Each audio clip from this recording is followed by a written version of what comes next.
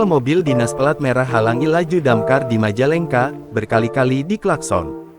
Video yang memperlihatkan mobil pelat merah menghalangi laju mobil pemadam kebakaran, damkar, viral di media sosial.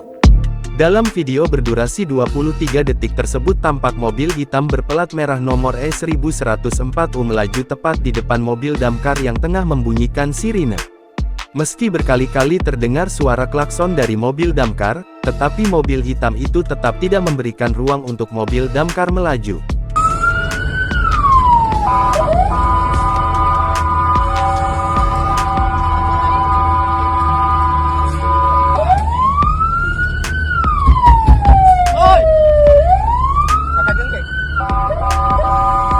Video itu terlihat diunggah akun @infomjok pada Senin, tanggal 15 Juli tahun 2024 siang, dan hingga kini telah ditonton hingga 110.000 kali serta mendapat beragam komentar warganet. Kepala Satpol PP dan Damkar Kabupaten Majalengka, Rahmat Kartono, membenarkan peristiwa tersebut. Rahmat Kartono menyebutkan lokasi kejadiannya di Jalan Kiai Haji Abdul Halim, Kecamatan Kabupaten Majalengka.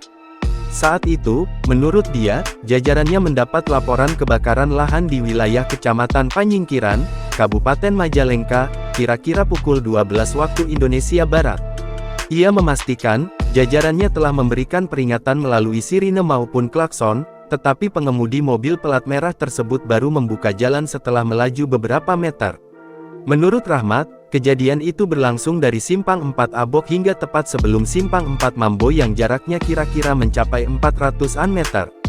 Setelah melewati kawasan Disparbud Kabupaten Majalengka, kendaraan tersebut baru memberi ruang bagi mobil damkar untuk menyalip, jadi enggak terlalu lama, kata Rahmat Kartono. Rahmat menyampaikan sempat meminta agar mencari mobil pelat merah yang merupakan aset Pemkab Majalengka tersebut untuk diklarifikasi terkait tindakan itu. Namun, dari hasil penelusurannya mobil itu dipinjam pakaikan kepada PGRI Kabupaten Majalengka dan secara kebetulan pengemudinya pun telah mendatanginya secara langsung untuk menyampaikan permohonan maaf. Download Tribun X sekarang, menghadirkan lokal menjadi Indonesia.